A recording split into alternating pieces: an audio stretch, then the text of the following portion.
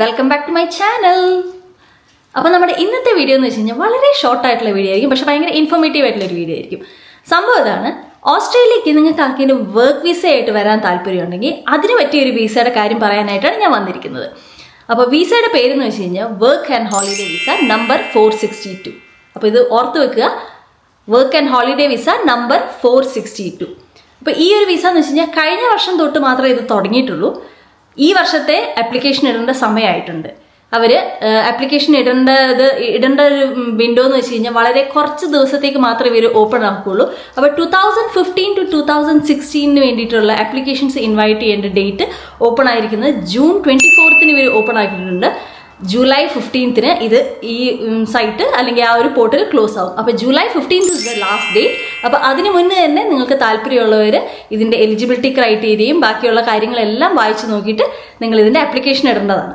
അപ്പോൾ ഇതൊരു work വിസയാണ്, student വിസയോ അല്ലാണ്ട് PR ഒന്നുമല്ല, വർക്ക് വിസയാണ്. നിങ്ങൾക്ക് വർക്ക് എലിജിബിൾ ആയിട്ട് വരാം, എന്നിട്ട് ഇവിടെ വന്നിട്ട് ജോലി തപ്പാം. അതാണ് സംഭവം. 12 മാസത്തേക്കായിരിക്കും ഈ ഒരു വിസയുടെ കാലാവധി. ഇതിൻ്റെ എലിജിബിലിറ്റി ആണ്, ബേസിക് എലിജിബിലിറ്റി എന്ന് പറഞ്ഞു കഴിഞ്ഞാൽ നിങ്ങൾ 18 to 30, 18 തൊട്ട് 30 വയസ്സ് വരെ ഇതിൻ്റെ ഇടയിലായിരിക്കണം നിങ്ങളുടേത് വയസ്സ്. പിന്നെ സ്കിൽ, അങ്ങനെ ഒരു സ്കില്ലായിട്ടൊന്നും ഇവർ ചോദിക്കുന്നില്ല, ഇന്നൊരു ബാക്ക്ഗ്രൗണ്ട് അല്ലെങ്കിൽ ഇന്ന പ്രൊഫഷൻ ആവണം അങ്ങനെയൊന്നും ചോദിക്കുന്നില്ല. പിന്നെ ഡിപ്പെൻഡൻ്റ് ആയിട്ട് കുട്ടികൾ ഉണ്ടാവാൻ പാടില്ല, എന്ന് വെച്ച് കഴിഞ്ഞാൽ ഇങ്ങോട്ട് വരുമ്പോൾ കുട്ടികൾ ഉണ്ടാവാൻ പാടില്ല, കുട്ടികളെ കൊണ്ടുവരാൻ പാടില്ല ഡിപ്പെൻഡൻ്റ് ആയിട്ട്. അതാണ് ഈ ബേസിക് ആയിട്ടുള്ള 3 ക്രൈറ്റീരിയ ഇവർ ഇതിനകത്ത് പറയുന്നത്. അപ്പോൾ ഇങ്ങനത്തെ ഒരു വർക്ക് ആൻഡ് ഹോളിഡേ വിസ അവർക്ക് നേരത്തെ ഉണ്ടായിരുന്നു, ഓസ്ട്രേലിയക്ക് നേരത്തെ ഉണ്ടായിരുന്നു. പക്ഷേ അത് മറ്റ് കൺട്രീസിന് അപ്ലൈ ചെയ്യാനേ പറ്റുന്നുണ്ടായിരുന്നുള്ളൂ, ഇന്ത്യക്കാർക്ക് അപ്ലൈ ചെയ്യാൻ പറ്റില്ലായിരുന്നു. പക്ഷേ കഴിഞ്ഞ വർഷമാണ് ഇവർ ആദ്യമായിട്ട് അത് ഓപ്പൺ ചെയ്തത്. അങ്ങനെ കഴിഞ്ഞ വർഷം ഇതേപോലെ ഒരു സ്മോൾ പീരീഡ് ഓപ്പൺ ചെയ്തു ആപ്ലിക്കേഷൻസ് സ്വീകരിക്കാനായിട്ട്. ഇപ്രാവശ്യം ഇതിൻ്റെ 2025 to 2026 വേണ്ടിയിട്ടാണ് ഇവർ ഈ June 24 to July 15 ഇടയിൽ ഈ ഒരു പ്രീ ആപ്ലിക്കേഷൻ ഇടാനുള്ള വിൻഡോ തുറന്നിരിക്കുന്നത്. പിന്നെ ഇത് പ്രീ ആപ്ലിക്കേഷൻ മാത്രമാണ്. ഇത് കഴിഞ്ഞ് ഇതിൻ്റെ പ്രോസസ്സ് എങ്ങനെയാണെന്ന് വെച്ച് കഴിഞ്ഞാൽ ഒരു ബാലറ്റ് പ്രോസസ്സിൽ കൂടെയാണ് ഇവരെടുക്കുന്നത്. കിട്ടുന്ന ആപ്ലിക്കേഷനിൽ നിന്ന് അവർ റാൻഡമായിട്ട് എന്തോ ഒരു സെലക്ഷൻ പ്രൊസീജിയറാണ് നടത്തുന്നത്. അപ്പം നിങ്ങളുടെ ആപ്ലിക്കേഷൻ ആ ബാലറ്റ് പ്രൊസീജിയറിൽ ഇൻക്ലൂഡ് ചെയ്യണമെങ്കിൽ നിങ്ങൾ ഇതിനകത്ത് പ്രീ ആപ്ലിക്കേഷൻ ഫോം ഫില്ല് ചെയ്ത് രജിസ്റ്റർ ചെയ്യേണ്ടതാണ്. അപ്പോൾ ഇതിൻ്റെ ഡീറ്റെയിൽഡ് ആയിട്ടുള്ള കാര്യങ്ങളെല്ലാം ഇവർ ഓസ്ട്രേലിയയുടെ ഇമിഗ്രേഷൻ സൈറ്റിൽ കറക്റ്റ് ആയിട്ട് കൊടുത്തിട്ടുണ്ട്. Visa number 462 holiday and work visa എന്നാണ് ഇതിൻ്റെ പേര്. 12 മാസത്തേക്കായിരിക്കും ഇതിൻ്റെ വിസ വാലിഡിറ്റി. അത് കഴിഞ്ഞ് കഴിഞ്ഞാൽ നിങ്ങൾക്ക് എക്സ്റ്റെൻഡ് ചെയ്യാം. അങ്ങനെയാണ് ഇതിൻ്റെ പ്രൊസീജിയർ. അതെല്ലാ കാര്യങ്ങളും ഡീറ്റെയിൽഡ് ആയിട്ട് ഇവരുടെ സൈറ്റിനകത്തിട്ടുണ്ട്. ഞാൻ അതിൻ്റെ ഒരു സ്ക്രീൻ റെക്കോർഡിംഗ് ഇപ്പോൾ കാണിച്ചു തരാം. അപ്പോൾ ഇതാണ് ഓസ്ട്രേലിയയുടെ ഇമിഗ്രേഷൻ വെബ്സൈറ്റ്. ഇതിൻ്റെ ലിങ്ക് ഞാൻ ഡിസ്ക്രിപ്ഷനിലും കമൻറ്റ് ബോക്സിലും ഇട്ടേക്കാം. അപ്പോൾ നിങ്ങൾ നോക്കേണ്ട വിസ എന്ന് പറഞ്ഞു കഴിഞ്ഞാൽ work and holiday subclass 462. അപ്പോൾ അതിൻ്റെ റൈറ്റ് സൈഡിൽ തന്നെ കണ്ടില്ലേ ബേസിക് എലിജിബിലിറ്റി, ഏജ്, പിന്നെ പാസ്പോർട്ട് ഉണ്ടായിരിക്കണം, ഇന്ത്യൻ പാസ്പോർട്ട് ഉണ്ടായിരിക്കണം, must not accompany by any dependent children. അപ്പോൾ ഇതാണ് first work and holiday visa, second and third. അപ്പോൾ ഫസ്റ്റ് ആയിരിക്കും നിങ്ങൾ ആദ്യം ഫസ്റ്റ് അപ്ലൈ ചെയ്യുക, അത് 12 മന്ത്സിനുള്ളതാണ്.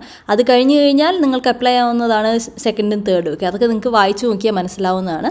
കോസ്റ്റ് 650 AUD ആണ്. കൺവേർഷൻ ഞാനിപ്പോൾ നോക്കുന്നില്ല, നിങ്ങൾ നോക്കിയാൽ മതി. അപ്പോൾ ഇതിൻ്റെ ബാക്കിയുള്ള ഡീറ്റെയിൽഡ് ആയിട്ടുള്ള പോർട്ടലാണ് ഇത്. അപ്പോൾ അതിനകത്ത് എല്ലാ കാര്യങ്ങളും പറയുന്നുണ്ട്, എലിജിബിലിറ്റി, പിന്നെ നിങ്ങൾക്ക് ഐഡൻറ്റിറ്റി എങ്ങനെയാണ് പിന്നെ രജിസ്റ്റർ ചെയ്യേണ്ടത്, പിന്നെ ഡ്രാഫ്റ്റ് രജിസ്ട്രേഷൻ, അങ്ങനെ എല്ലാ കാര്യങ്ങളും, പിന്നെ രജിസ്റ്റർ ചെയ്ത് കഴിഞ്ഞാൽ എന്ത് സംഭവിക്കും, എല്ലാ കാര്യങ്ങളും ഇതിനകത്തുണ്ട്. കണ്ടില്ലേ, ഇപ്പോൾ ചൈന, ഇന്ത്യ, വിയറ്റ്നാമാണ് ഈ ഒരു 462 വിസയിൽ ഇൻക്ലൂഡ് ചെയ്തിരിക്കുന്നത്. ബാലറ്റ് എലിജിബിലിറ്റി, ഇതാണ് ഞാൻ നേരത്തെ പറഞ്ഞ ബാലറ്റ് എലിജിബിലിറ്റി. നിങ്ങൾ ആപ്ലിക്കേഷൻ ഇടുമ്പോൾ ഇവരൊരു ബാലറ്റ് പ്രൊസീജിയറിൽ കൂടെ പോകും, അതിൽ നിന്ന് ഒരു റാൻഡം സെലക്ഷൻ ആയിരിക്കും നടത്തുന്നത്. പിന്നെ നാഷണൽ ID കാർഡ്, നിങ്ങൾക്ക് പാൻ കാർഡാണ് വേണ്ടത്, നോട്ട് ദ ആധാർ കാർഡിന് സെപ്പറേറ്റ് സ്പെസിഫിക് ആയിട്ട് കൊടുത്തിട്ടുണ്ട്. അപ്പോൾ എല്ലാം നിങ്ങൾ ഡീറ്റെയിൽഡ് ആയിട്ട് വായിച്ചു നോക്കണം.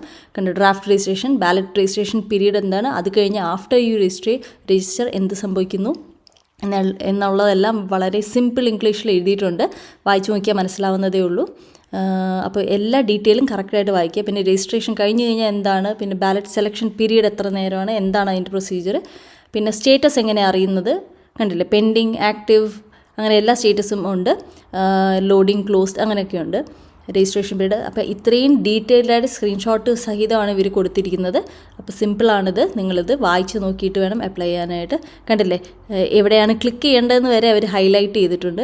ഇത്രയും ഡീറ്റെയിൽഡായിട്ട് ഞാൻ വേറെ ഒരു വിസയിൽ ഞാൻ കണ്ടിട്ടില്ല, ഇത്രയും ഡീറ്റെയിൽഡ് ഒരു ആപ്ലിക്കേഷൻ. അപ്പോൾ ഇതാണ് വിസയുടെ ഇൻഫോർമേഷൻ. അപ്പോൾ ഇപ്പം ഞാൻ പറയുന്നതെല്ലാം ഒരു ഫസ്റ്റ് ഹാൻഡ് ഇൻഫർമേഷൻ ആണ്.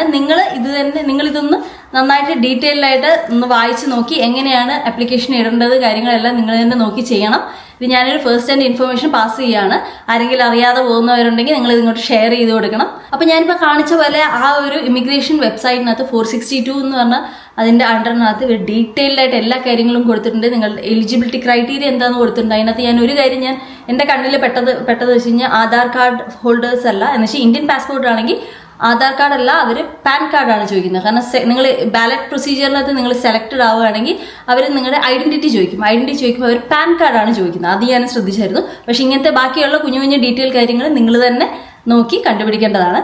പിന്നെ അതിനകത്ത് വരുന്നത് എലിജിബിലിറ്റി വരുന്നുണ്ട്. ഇപ്പോൾ പറഞ്ഞ പോലെ എങ്ങനെയാണ് അപ്ലൈ ചെയ്യേണ്ടതെന്നുണ്ട്. പിന്നെ അപ്ലൈ ചെയ്ത് കഴിഞ്ഞാൽ എന്താ സംഭവിക്കുന്നതെന്നുണ്ട്. പിന്നെ ബാലറ്റ് പ്രൊസീജിയറിനകത്ത് നിങ്ങൾ റിജക്റ്റ് ആയത് എന്ത് സംഭവിക്കുന്നു, റിജക്റ്റ് ആയില്ലെങ്കിൽ ഫെർദർ എങ്ങനെ മുന്നോട്ട് പോകേണ്ടത്, പിന്നെ അതിൻ്റെ സ്റ്റേറ്റസ് ഒക്കെ എങ്ങനെയാണ് ചെക്ക് ചെയ്യേണ്ടത്, എല്ലാ കാര്യങ്ങളും അതിനകത്ത് ഡീറ്റെയിൽഡ് ആയിട്ടുണ്ട്. അപ്പോൾ നിങ്ങളെല്ലാം വൃത്തിക്ക് വായിച്ച് നോക്കുക. എല്ലാം നല്ല ഡീറ്റെയിൽഡ് ആയിട്ടാണ് കൊടുത്തിരിക്കുന്നത്. അപ്പോൾ ഈ ഒരു അവസരം നിങ്ങൾ മിസ് ചെയ്യാണ്ടിരിക്കുക. വേറെ ആർക്കെങ്കിലും ഇത് ഉപകാരപ്പെടുമെങ്കിൽ നിങ്ങളിത് ഷെയർ ചെയ്ത് കൊടുക്കണം. പറ്റുകയാണെങ്കിൽ എൻ്റെ ചാനൽ ഒന്ന് സബ്സ്ക്രൈബ് ചെയ്യണം. Okay, by.